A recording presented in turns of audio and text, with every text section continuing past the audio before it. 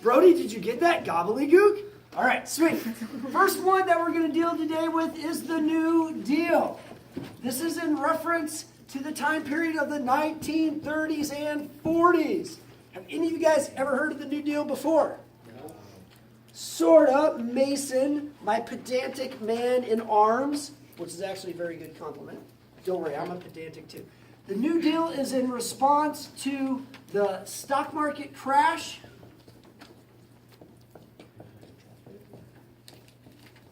of 1929 and the Great Depression that sprouted up pretty much the following day. During this Great Depression, excuse me, I have hair in my mouth. Pardon that, Mrs. Downing's class.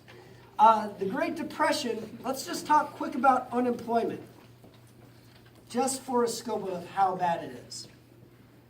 After our Great Recession that we had in 2008 that you guys probably don't really remember, we actually had some pretty high unemployment. But compared to the Great Depression, it was a teardrop in the ocean, right?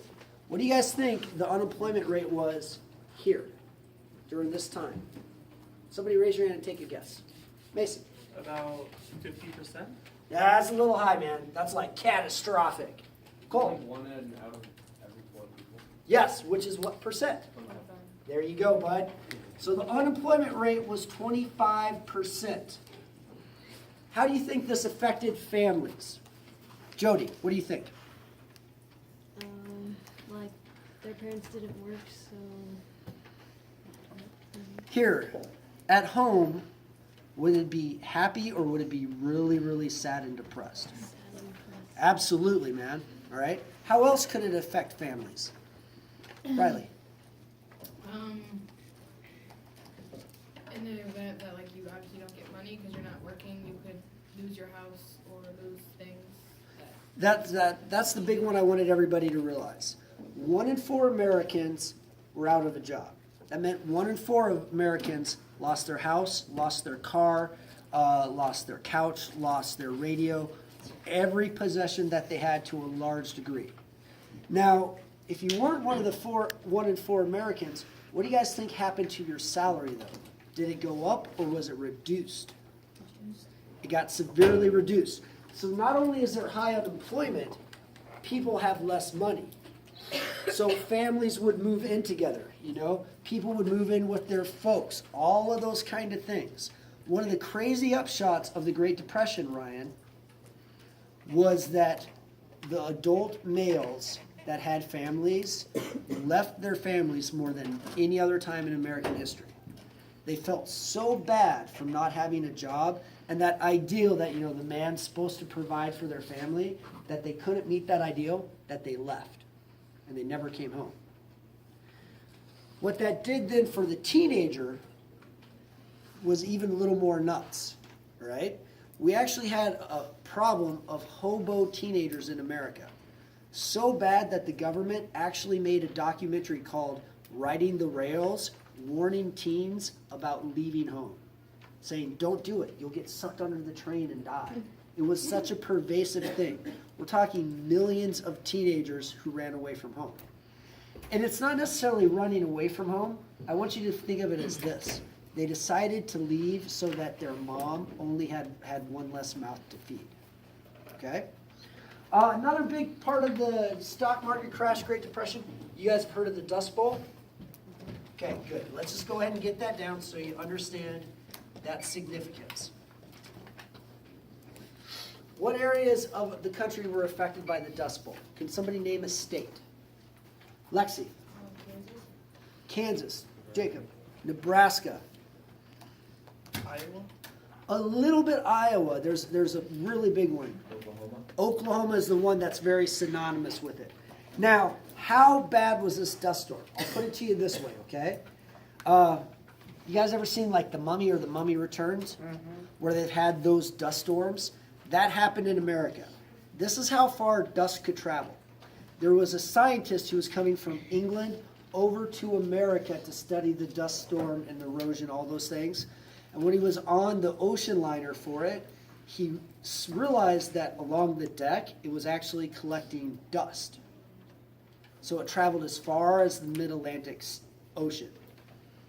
He actually took a vial of it when he got to the Midwest, and he compared it, and he realized the dust on his boat in the middle Atlantic was from Nebraska. That's how bad it was, okay? So this was like a climate change. Now, the New Deal, though, let's understand what this was. And this is where it's significant. This is why this is a pivot. Before the New Deal, we had a president named Herbert Hoover. Where's he from? He's from Iowa, okay? He said this. He thought Americans would pull themselves up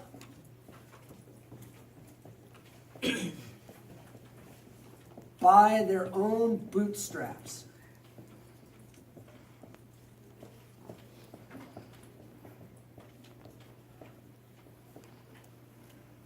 So he didn't want the government to intervene to help people. Okay? So this is no government intervention.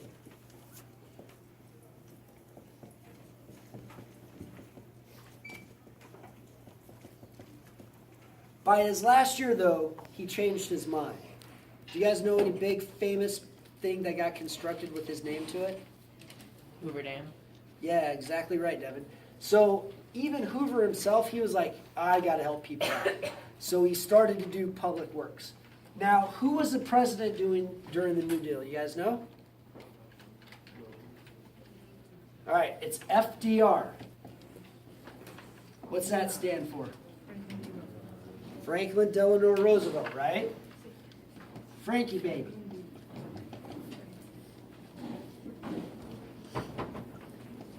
All right. Roosevelt said this. He said that the government should provide direct relief. And this is the biggest, most important concept. This is why this is a pivot point in American history. We went from the government saying, no, we're not going to help you. In French, that is actually pronounced laissez-faire. The government is going to take their hands off. Roosevelt said, in severe catastrophes like this, the government has to directly help them. What's a good example of this in Charles City? Exactly, Lexi. All the stuff that the government, state, and federal have done for us, flood-wise, from our 2008 flood till now, like in our last flood, is a good example of direct help from the government. If you need money to rebuild, the government's like, here you go, right? Or is it a small loan? It's one or the other, right? But that is direct government relief. They don't say, you'll figure it out. Don't worry about it. It'll get done. So this is the big change. FDR says we're going to do direct relief. He did this using a system basically called, for lack of a better idea, the alphabet programs.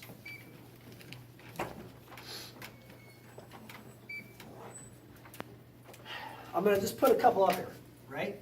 So C, C, C, A, A, A, W, P, A, and it goes on and on and on and on and on and on and on and on and on and on and on and on and on and on and on and on and on and on.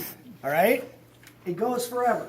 What these programs do, though, is they provide direct jobs and direct relief to the people.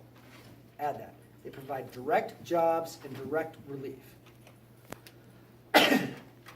The CCC, this is for any adult male 18 to 25, and it gave them room and board, and then they went out and they rebuilt national parks and planted trees in America.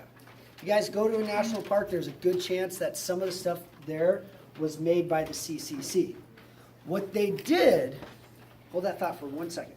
What they did was they allowed the 18 to 25-year-old to keep a small portion of their money, and then the rest they had to send home to their family, which then helped two groups of people. Okay? The AAA, this is the Agricultural Adjustment Administration. This program, we still have aspects of it in America today. All right?